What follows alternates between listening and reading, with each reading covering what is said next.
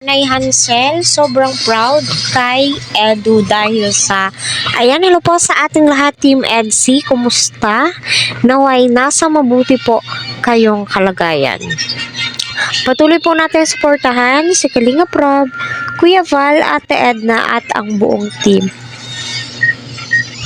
Huwag po natin skip ang kanilang ads para sa ganon ay marami pa po silang matulungan na kababayan po natin. Nung unang-una pa naman po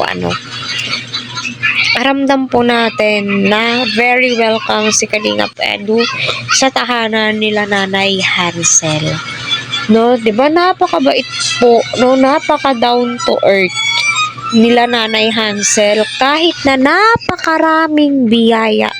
Kahit na umabot ng milyon ang bahay po nila ay never mo pong nakita sa kanilang lahat na mataas yung tingin nila sa sarili nila. No. Mas lalo po silang naging humble. Lalong-lalo na po itong si Viancy.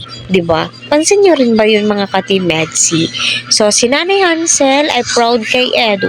Siyempre, proud na proud siya kay Kalingap Edu.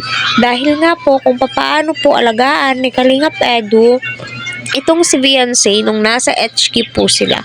Kitang-kita naman po natin through behind the scene at saka sa mga upload ni Kalingap Prab, Kuya Val, ay napaka hands-on ni Kalingap Edu. Lalong-lalo na nung umuwi na po sila sa Daet. So, dyan mo po masasabi na seryoso si Eds kay Viancy. Aside po doon, masasabi mo na mahal po nila ang isa't isa.